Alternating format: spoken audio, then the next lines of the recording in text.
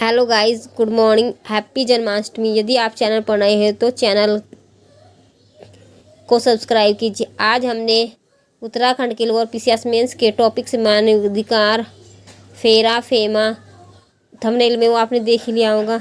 उसी टॉपिक्स के बारे में आज हम बात करते हैं।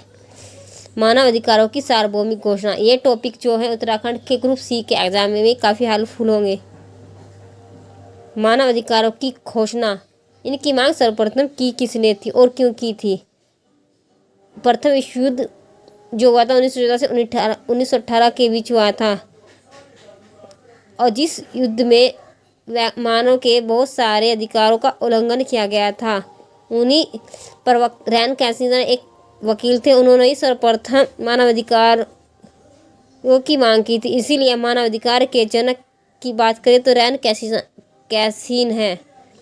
और 10 दिसंबर 1948 में संयुक्त राष्ट्र संगठन पेरिस में मानवाधिकारों की सार्वभौमिक घोषणा की गई थी, क्योंकि इन्होंने इनकी लगातार मांग जारी रखी। 1918 से 1948 में दूसरे विश्व युद्ध के समाप्त होने के पश्चात 1948 रैन कैसिन की मांग को स्वीकार किया गया था। इसके मुख्यतः 3 बिंदु होते। पहला न्याय, दूसरा स्वतंत्रता, तीसरा शांति। अगर हम सभी मानवाधिकारों की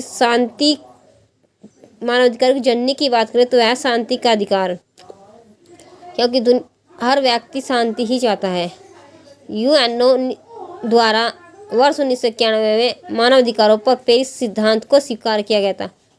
घोषणा की गई थी 1948 में, स्वीकार किया संयुक्त राष्ट्र संगठन ने 1991 में पेरिस सिद्धांत के तहत। और यूएनओ द्वारा प्रतिवर्ष मानवाधिकार दिवस मनाने की घोषणा 1993 में हुई थी, और 10 दिसंबर 1993 को प्रथम मानवाधिकार दिवस मनाया गया था। मानव के अधिकार क्या क्या होते हैं? शिक्षा का अधिकार, या अगर हम भारत की बात करें तो भारत के संविधान में शिक्षा का अधिकार आर्टिकल 21 के तहत भी है, और हमारे मूल अधिकारों में भी है और मूल कर्तव्यों में भी है, और डीपीएससी में भी इनका उल्लेख है। सूचना का अधिकार बात करें तो सूचना का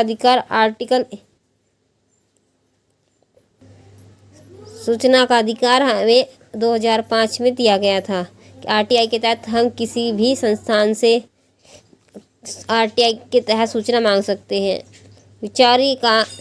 नंबर 3 है विचार या व्यक्ति का अधिकार, प्रेस की स्वतंत्रता, भाषण की स्वतंत्रता और संघ बनाने की स्वतंत्रता, यह आर्टिकल 19 के तहत है।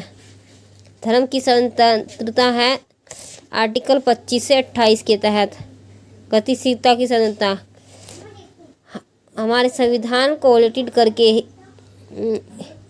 ही हमें अपने आंसर्स को मेंस के एग्ज़ाम में आंसर राइटिंग करना होता है, ताकि हम अच्छे से अच्छे नंबर अगेन कर सकें। मानवाधिकारों की सार्वभौमिक घोषणा में 30 अनुच्छेद हैं।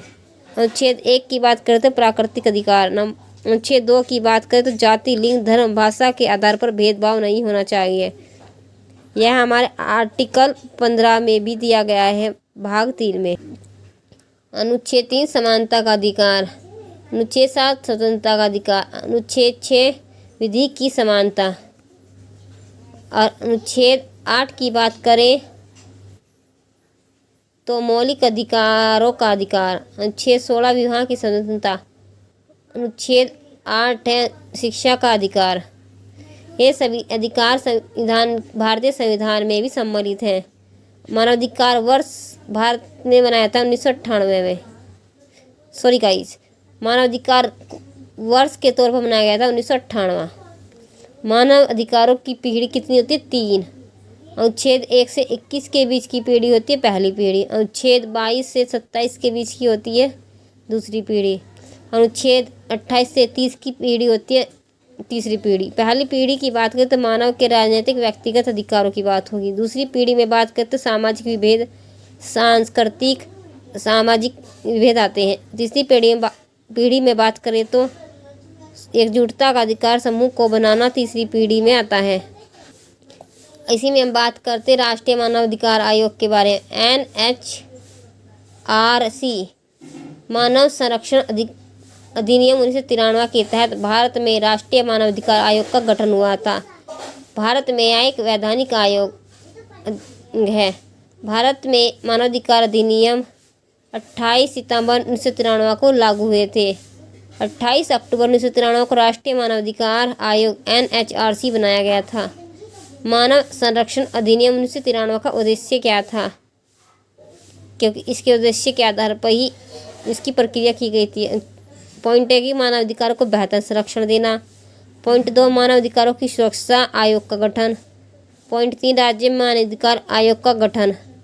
मानव अधिकार संरक्षण एक्ट में सशस्त्र बल की परिभाषा में शामिल होते हैं थल सेना, वायुसेना, नौसेना, केंद्र की सशस्त्र बल सेना। भारत में 1993 में राष्ट्रीय मानवाधिकार संरक्षण अनुच्छेद 123 के तहत अध्यादेश जारी किया गया था। राष्ट्रीय मानवाधिकार आयोग में 5 स्थायी सदस्य होते हैं, अध्यक्ष सहित। अध्यक्ष के तौर पर बात करें तो भारत का रिटायर्ड मुख्य न्यायाधीश को अध्यक्ष बनाया जाता है। पदेन सदस्यों की बात करें तो राष्ट्रीय अल्पसंख्यक आयोग के अध्यक्ष, राष्ट्रीय अनुसूचित जाति आयोग के अध्यक्ष, राष्ट्रीय अनुसूचित जनजाति आयोग के अध्यक्ष, राष्ट्रीय महिला आयोग के अध्यक्ष इसके पदेन सदस्य होते हैं। तब जहाँ राष्ट्रीय मानव आयोग में अध्यक्ष सहित समिति बनाई जाती है। वर्तमान में अध्यक्ष का कार्यकाल 3 वर्ष से 70 वर्ष होता है, जो भी पहले हो जाएगा। NHRC यानी कि राष्ट्रीय मानवाधिकार आयोग के अध्यक्ष एवं सदस्यों की नियुक्ति की समिति में राष्ट्रीय मानवाधिकार आयोग के अध्यक्ष सदस्यों की नियुक्ति की समिति में शामिल सदस्य कौन होते हैं? मतलब इन अस्थायी सदस्यों को नियुक्त कौन सी समिति करती है? उसमें सदस्य लोकसभा का अध्यक्ष, भारत का प्रधानमंत्री, लोकसभा विपक्ष का नेता, भारत का गृह मंत्री, राज्यसभा का उपसभापति, राज्यसभा में विपक्ष का नेता इस समिति में शामिल होते हैं। भारत का राष्ट्रपति राष्ट्रीय मानवाधिकार आयोग के अस्थायी सदस्यों की नियुक्ति करता है। अगर हम राज्य में बात करें, राज्यों में राज्यपाल इनकी नियुक्ति राज्य में राज्य मानवाधिकार आयोग की नियुक्ति के जो सदस्य होते हैं उनकी नियुक्ति राज्यपाल करता है। और राष्ट्रीय मानवाधिकार आयोग अपना वार्षिक प्रतिवेदन राष्ट्रपति के समक्ष प्रस्तुत करता है। उसी प्रकार राज्यों में राज्यपाल के समक्ष प्रस्तुत की जाती है। राज्य मानवाधिकार आयोग के अध्यक्ष सदस्यों की नियुक्ति की समिति में राज्य मानवाधिकार आयोग के जो अध्यक्ष और सदस्यों की नियुक्ति की समिति होती है उनमें कौन से सदस्य शामिल होते हैं? राज्य का मुख्यमंत्री, विधानसभा का अध्यक्ष, राज्य का गृह मंत्री, विधानसभा में विपक्ष का नेता। अगर राज्य में विधान परिषद भी है तो विधान परिषद का सभापति तथा विपक्ष में यानी कि विधान परिषद में विपक्ष का नेता भी शामिल होगा। बात करते हैं फेरा एंड फेमा। फेरा विदेश मुद्रा विनिमय अधिनियम 1947 आया था। इसे लाने का उद्देश्य था कि फेरा के तहत RBI यानी कि भारतीय रिजर्व बैंक को विदेशी मुद्रा भंडार का संरक्षक नियुक्त किया गया था। कि वर्ष 1973 में फेरा को कड़े कानून के रूप में लागू किया गया था। इस नियम आया था 1947 में। RBI का राष्ट्रीयकरण हुआ था 1949 में और 1973 के तहत फेरा के नियमों को बहुत कर दिया गया था। 1991 में भारत में उदारीकरण को लाकर फेरा ताकि विदेशों का निवेश आसानी से भारत में विदेशी जो कंपनियां भारत में आसानी से निवेश कर सके तो उदारीकरण को लाया गया था।